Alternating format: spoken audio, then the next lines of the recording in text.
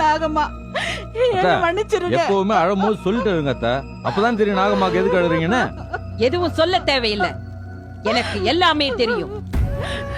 நான் கடைசி வரைக்கும் அந்த பேரை சொல்லவே இல்லை.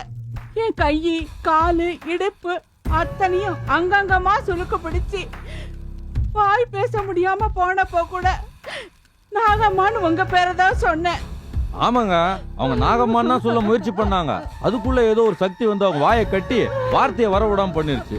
அப்ப பார்த்து அந்த உமாவும் அபிராமி கிழவியும் முருகான்னு சொல்லு உடனே பேச்சு வந்துரும் அப்படின்னு வற்புறுத்துனாங்க. அவங்க வற்புறுத்தல் தாங்க முடியாம ஐயோன்னு கத்துறதுக்கு பதிலா முருகான்னு கத்திட்டாங்க. அதுவும் தெரியும். உங்க உத்தரவை மீறி அந்த ஆண்டி பைய பேரை சொன்ன நாக்க நான் அறுத்துட்டு உங்ககிட்ட கேட்டு வேற நாக்கு வாங்கி வச்சுக்க நினைச்சேன். ஐயோ, இங்க இருக்க நாக்கெல்லாம் பெருசா இருக்கும், பொருந்தாது. அங்க பாருங்க. ஏங்க கொஞ்ச நேரம் சும்மா இருக்க மாட்டீங்களா? ஏற்கனவே அத்தை பயந்த சுபாவம், நீங்க வேற இதெல்லாம் காட்டி பயமுறுத்திக்கிட்டு. நீங்க கோவப்பட்டா குடும்பமே நிர்மூலமாயிருமோன்னு அத்தை பயப்படுறாங்க. சீச்சி, நீ செஞ்ச ஒரே தப்பு உமாவை நீ கோயில்ல போய் பார்த்ததுதான். அதனாலதான் இந்த அவமானம். இது உனக்கு கிடைச்ச பைத்தியக்காரி பட்டம் இல்ல, அந்த உமாவால என் மந்திர சக்திக்கு ஏற்பட்ட களங்கம். எந்த முருகன் கோயில்ல நான் சவால் விட்டேனோ, எங்க முதல்ல உன்னை சந்திச்சேனோ, அங்கேயே அந்த அபிராமி கிழவியும் உமாவும் ஊரார் மத்தியில என்ன அவமானப்படுத்திட்டாங்க. அது என்னமோ உண்மைதாங்க. முருகன் பக்தி பெருசா இல்ல நாகம்மாவோட மந்திர சக்தி பெருசான்ற மாதிரி ஒரு போட்டி உண்டு பண்ணி முருகனாலதான் பேச்சு வந்த மாதிரி ஒரு டிராமாவை போட்டு காமிச்சிட்டாங்க. அந்த உமா நன்றி கெட்டவ. இப்படி செஞ்சு கௌசல்யா கல்யாணத்தை கெடுக்க பாக்குறா. யாராலையும் முடியாது. கௌசல்யா கல்யாணம் சொன்னபடி நடக்கும். நான் நினைச்சது நினைச்சபடி நடக்கும். அந்த உமாவை என்ன செய்யணும்னு எனக்கு தெரியும். செய்யறேன்.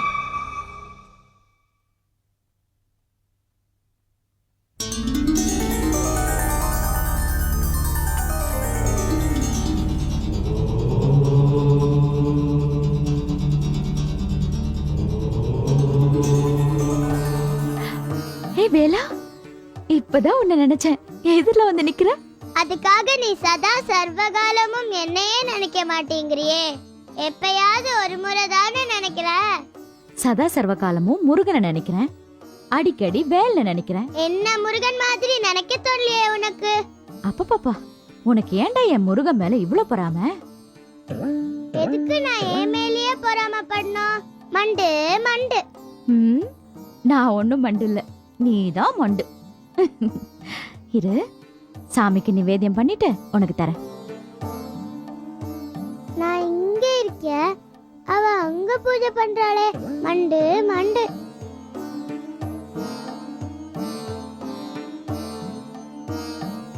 வா உட்கார். இந்தா. இப்ப கூட திங்காதவனுக்கு கொடுத்துட்டு தானே திங்கிறவனுக்கு கொடுக்கற. அச்சுச்சுச்சோ, சாமி அப்படியெல்லாம் தப்பா சொல்லலாமா? கடவுள் நாம வைக்கிற நிவேதன பொருளை தான் சாப்பிடுறது இல்லையே, ஏன் வைக்கணும்னு கேக்குறது ரொம்ப தப்பு. முருகன் கற்கண்டா திங்க மாட்டான், ஆனா அந்த கற்கண்டுக்குள்ள இருக்கிற இனிப்ப, அதோட சுவைய எடுத்துக்குவான். இன்னைக்கு என்ன விசேஷம்? கற்கண்டு குடுக்கற? உனக்கு பிறந்த நாளா? அப்படியும் வச்சுக்கலாம். நான் பொண்ணா பிறந்து பூமியில பட்ட கஷ்டத்துல இருந்து சந்தோஷம் பிறந்த நாள். நான் கும்பிடுற என் சிங்கார வேலை என் மனசுக்கு பிடிச்ச மாப்பிள்ளைய பார்த்து கல்யாணத்துக்கு வழிவகுத்து கொடுத்திருக்கான். அப்படியா? இந்த உமாம்மா உனக்கு ஒரு அப்பாவை கொடுக்க போறேன். என்ன வேலா, ஏன் சிரிக்கிற? தாய் சொல்லித்தான் தன்னோட தகப்பன் யாருன்னு குழந்தைக்கு தெரியுமா? நீ எனக்கு அப்பான்னு சொல்லி ஒரு மனுஷனை காமிச்சாலும் அவன் என்ன புள்ளையா ஏத்துக்கிறது நடக்கிற கதை இல்ல. போடா, அதிக பிரசங்கி. எனக்கு கல்யாணம்னா உனக்கு சந்தோஷம் இல்லையா? என்ன விட சந்தோஷப்படுறதுக்கும் துக்கப்படுறதுக்கும் யாரும் இல்ல. ஏன்பா துக்கப்படணும்? உன்னை பிரியறதுக்கு. இல்ல வேலா, அவங்க ரொம்ப நல்லவங்க. மீனாட்சி அம்மா மகன் சிவாவை தான் நான் கல்யாணம் பண்ணிக்க போறேன். அவங்க கிட்ட சொல்லி உன்னை என் கூடவே கூட்டிட்டு போயிடுறேன். நீ கூட்டிட்டு போலேனாலும் நான் உன்கிட்ட எப்படி வரணும்னு எனக்கு தெரியும். வேலா, இந்த வேலா சாப்பிடு. இரு, நான் பாட்டியை போய் பார்த்துட்டு உடனே வந்துடுறேன். என்ன, இந்தா புடி.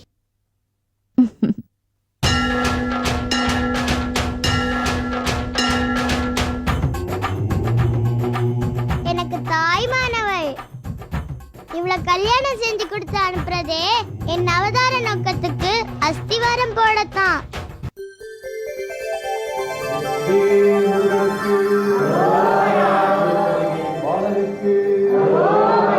திருப்பரங்குன்றம் முருகனுக்கு, மருதமலை மாலனுக்கு, திருச்செந்தூர் பாலனுக்கு, பழமுதிர் சோலையானுக்கு, பழனி ஆண்டவனுக்கு.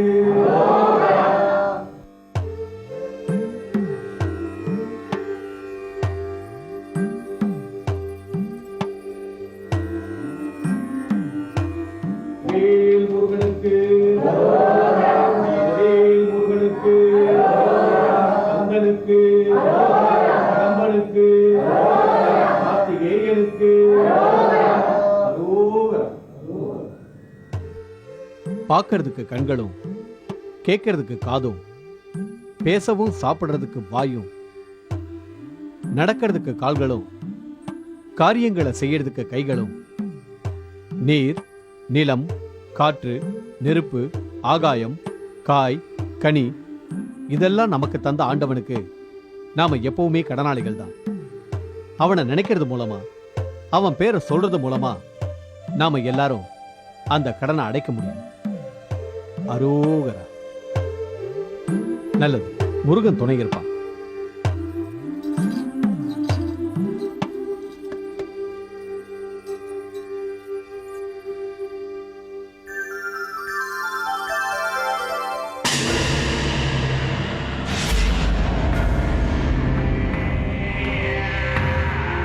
நாகம்மா, நான் முகனால் சகலமும் படைக்கப்பட்ட போதே நானும் படைக்கப்பட்டவன்.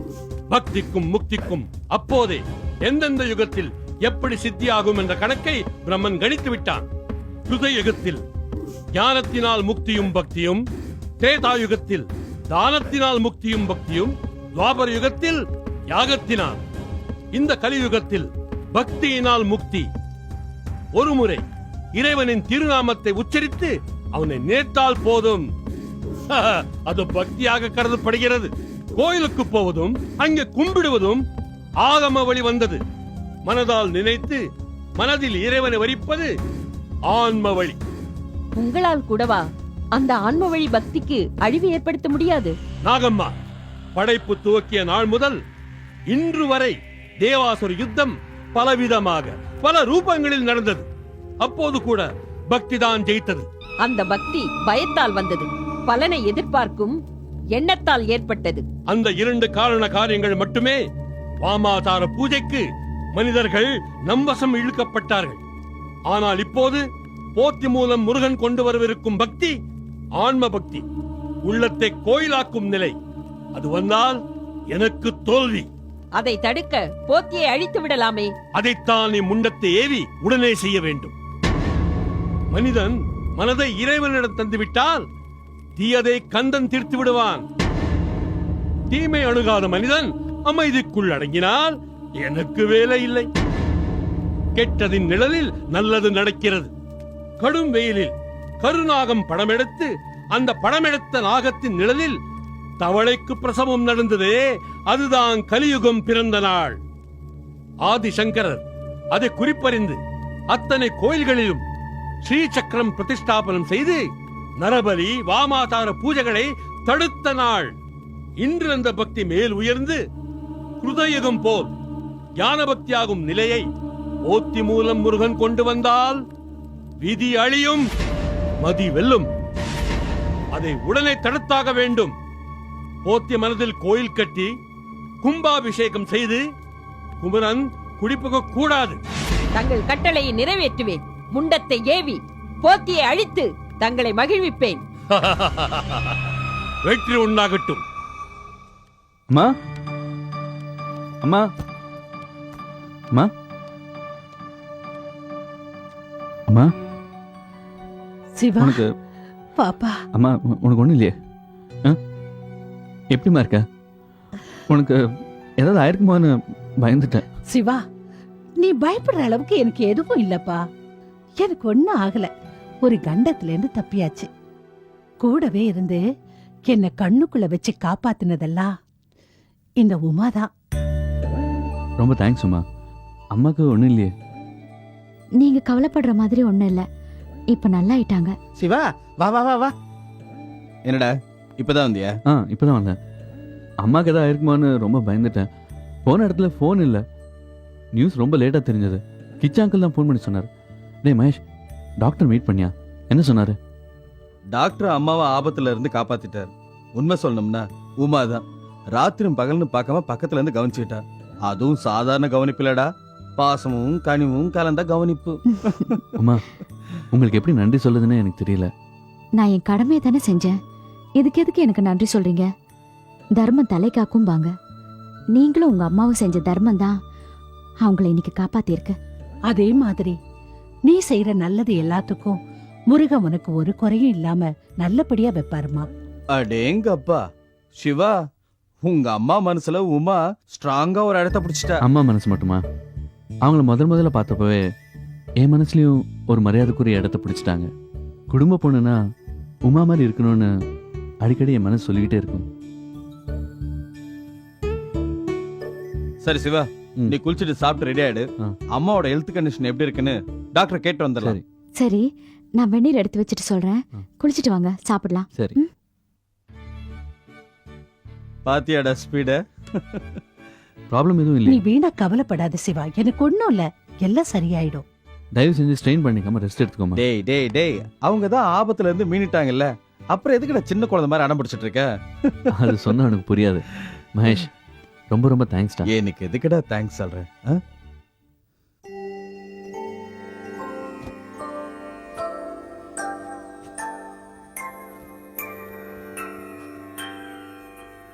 போத்தி, பாலும் பலகாரமும் கொண்டு வந்திருக்கேன், மறக்காம சாப்பிடுறீங்களா? பலகாரம் வேண்டாம்.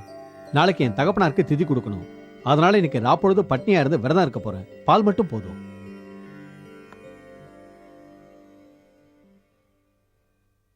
உள்ளம் பெருங்கோயில், ஊனுடம்பு ஆலயமாம். வள்ளல் பிரானுக்கு வாய் கோபுரவாசல். தெள்ளத் தெளிந்தோர்க்கு ஜீவன் சிவலிங்கம். கள்ளப் புலனைந்தும் காளா மணிவிளக்கே. முருகா, இந்த திருமூலர் திருமந்திரத்தையே ஆகம சாத்திரமா நினைச்சு மனசுலயே கோயில் கட்டிக்கிட்டு இருக்கம்பா. முருகா.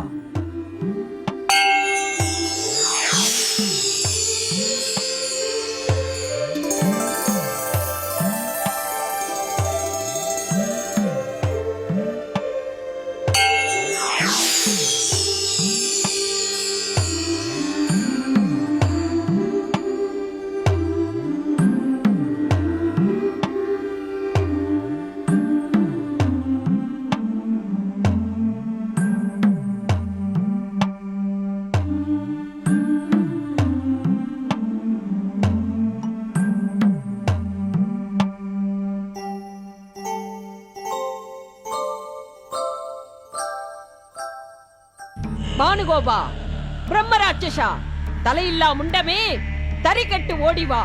குருதியில் குளிப்பாட்ட குத்தி எதிராடவா. போத்தியை வெட்டி அவன் அங்கங்களை கொண்டு வந்து என் வாம பூஜை நெருப்பில் போடு. தலையில்லா முண்டமே, வா வா.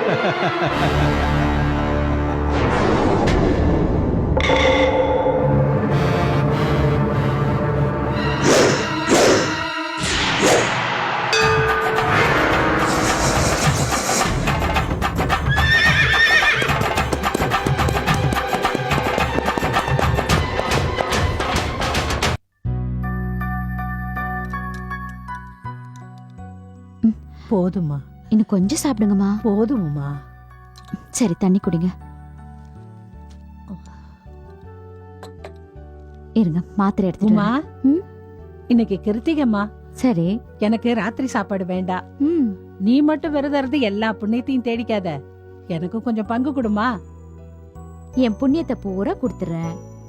என் விரத மகிமை பூரா உங்களுக்கே சேரட்டும்னு வேண்டிக்கிறேன். இப்ப நீங்க பட்னி கிடக்க கூடாது. குணமாகணும்னா வெறும் வயித்துல மாத்திரை சாப்பிடக்கூடாது. சாப்பிடுங்க.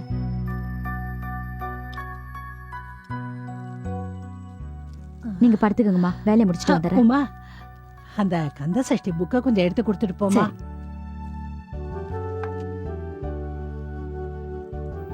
இந்தாங்கம்மா. உமா, ஆ? இத அங்க வச்சுட்டு அந்த கண்ணாடி கொஞ்சம் எடுமா. அம்மா, நானும் வந்ததுலேருந்து கவனிச்சிட்டு இருக்கேன், பொறுத்து பார்த்துட்டு இருக்கேன். ஆனா இனிமேல் என்னால் பொறுக்க முடியாது. அது என்ன, வந்ததுலேருந்து உமா உமான்னு உமா பேரே மந்திரமா சொல்லிட்டு இருக்க. நான் ஒருத்தங்க குத்துக்கல்லாட உட்காந்துருக்கேன், தெரியலையா? சிவா சிவான்னு வாய்க்கு வாய் கூப்பிடுற காலம் போய் இப்போ உமா உமான்னு கூப்பிடுற காலம் ஆயிடுச்சு. சிவ சிவான்னு இருக்கதான் ஆசைப்பட்டேன். சிவனேன்னு இருந்தவ படுக்கையில படுத்த நாளா ராவும் பகலுமா என் கூடவே இருந்து ஒரு குழந்தைய கவனிச்சுக்கிற மாதிரி கவனிச்சுக்கிறா. யாருப்பா இந்த காலத்துல இப்படி எல்லாம் பணிவிட செய்வா? அம்மா, என்னை இப்படி புகழ்ந்து பேசி அந்நியமாக்காதீங்கம்மா. அப்புறம் நான் கோயிலை பார்க்க போயிடுவேன். நானும் அங்கேயே வந்து படுத்துக்குவேனே. Hello hello hello. டேய், நான் சௌந்தர்யா. ஹாய். எப்படிடா இருக்க? என்ன துரத்தி பிடிக்கிற? என்ன விஷயம்? டேய் பெரிய மனுஷா, உனக்கு கொஞ்சமாவது பொறுப்பு இருக்கா? நான் இங்க ஒருத்தி இருக்க, எனக்கு இம்பார்ட்டன்ஸ் கொடுக்கணும்னு நீ நினைச்சு பாத்தியா? நினைச்ச உடனே ஊர்ல போய் உட்காந்துக்கிற. என்ன விஷயம்? ஹேய், நான் ஹைதராபாத் போனதுக்கு அப்புறம் அம்மாக்கு இங்க வந்த இடத்துல ஹார்ட் ப்ராப்ளம்னு படுத்துட்டாங்க. எனக்கே விஷயம் ரொம்ப லேட்டா தான் தெரியும். அதான் அடிச்சு பிடிச்சி ஓடி வந்துட்டேன். ஆனா இப்போ ஷீ இஸ் பெர்ஃபெக்ட்லி ஓகே. ஆண்டவன் புண்ணியத்துல குணமேட்டு வர்றாங்க. நான் உன் அம்மா பத்தி கேட்கறதுக்கு ஃபோன் பண்ணல. சின்ன கல்யாணத்துக்கு உன்னை முறைப்படி வீட்டுக்கு வந்து கூப்பிடணும்னு ஆசைப்பட்டாங்க. உங்க வீட்டுக்கு ஃபோன் பண்ண, அந்த கிச்சா கொரிலா நீ உங்க அம்மா தலைமாட்டுல உட்கார்ந்துருக்கிறதா சொன்னான். சரி, எப்ப வரதா உத்தேசம்? வரியா இல்லையா? இல்ல உங்க அம்மா மண்டே போடுற வரைக்கும் அங்கே உட்கார்ந்துருக்க போறியா? Soundarya, please mind your language. Hello hello Siva.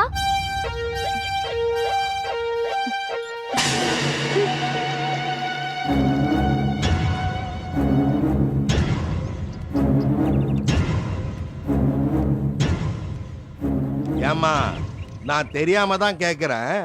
சதா சர்வகாலமும் அவங்க அம்மா முந்தானியே புடிச்சிட்டு நிக்கணும்னு நினைக்கிறவன் உனக்கு புருஷனா வந்தா அது ஒத்து வருமா? எதுக்கு எடுத்தாலும் அம்மா விருப்பப்படி தான் நீ வாழணும்னு கண்டிஷன் போடுறவன நீ கல்யாணம் கட்டிக்கிட்டா உன்னால அட்ஜஸ்ட் பண்ணிட்டு வாழ முடியுமா? அந்த அம்மா 10ஆம் பசலி, சதா சர்வகாலமும் கோயில் குளம்னு இருப்பாங்க. அவங்க உன்னுடைய சுதந்திரத்துக்கும் நாகரிகத்துக்கும் ஸ்பீட் பிரேக்கரா இருக்க மாட்டாங்களா? சரி, அதெல்லாம் விடு. நீ அவன் மேல காட்டுற அளவுக்கு அன்பு அவன் திருப்பி உன் மேல காட்டுறானா? அட்லீஸ்ட் இன்ட்ரெஸ்டாவது வச்சிருக்கானா? என்ன பண்ண போற?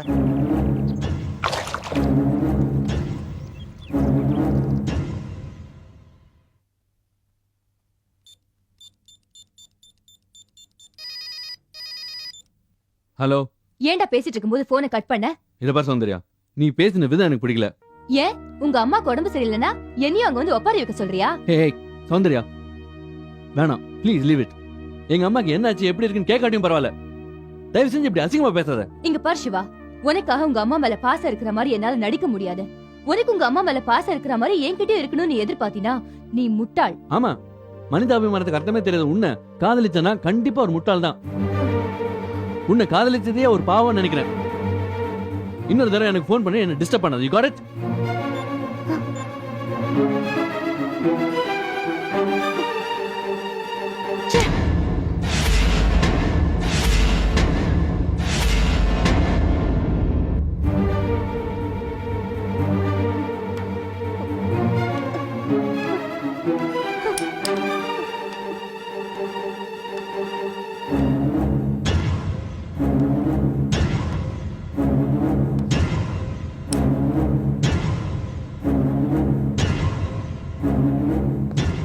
அண்ணே இந்த மாதிரி பிளைனா சிம்பிளா பத்திரிக்கை அடிச்சா போதும்ல? போதாது, வேற பத்திரிக்கை டிசைன் பண்ண சொல்லு.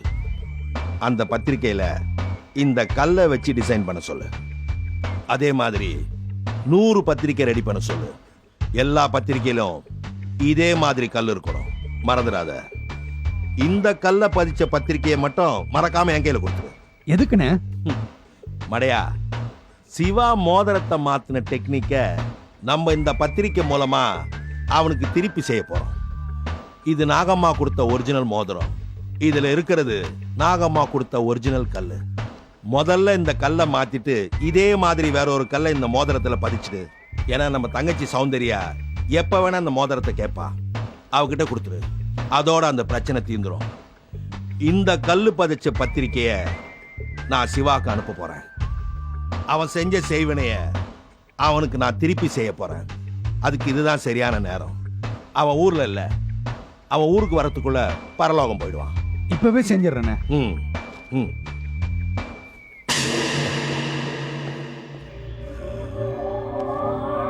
டேய் சிவா, மோதிரத்தை மாத்தியா என்கிட்ட மோதிர?